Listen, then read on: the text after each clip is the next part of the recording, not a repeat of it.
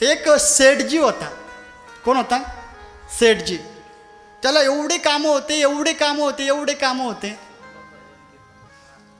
त्याच्याकडे पैसा भरपूर होता, फक्त वेळ नव्हता.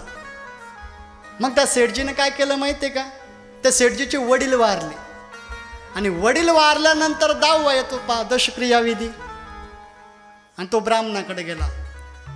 तो ब्राह्मणाला म्हणाला, गुरुजी दशक्रिया विधीला काय लागतं?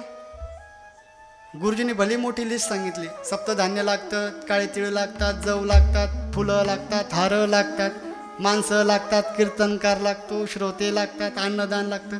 भली अशी लंबी लिस्ट दिली.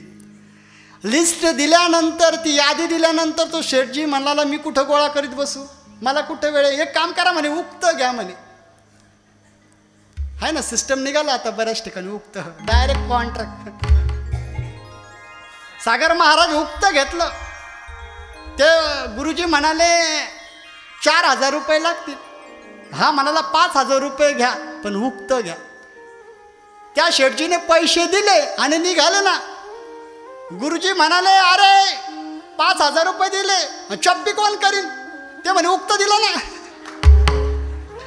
मग चप्पी बी बामणानच करायची का?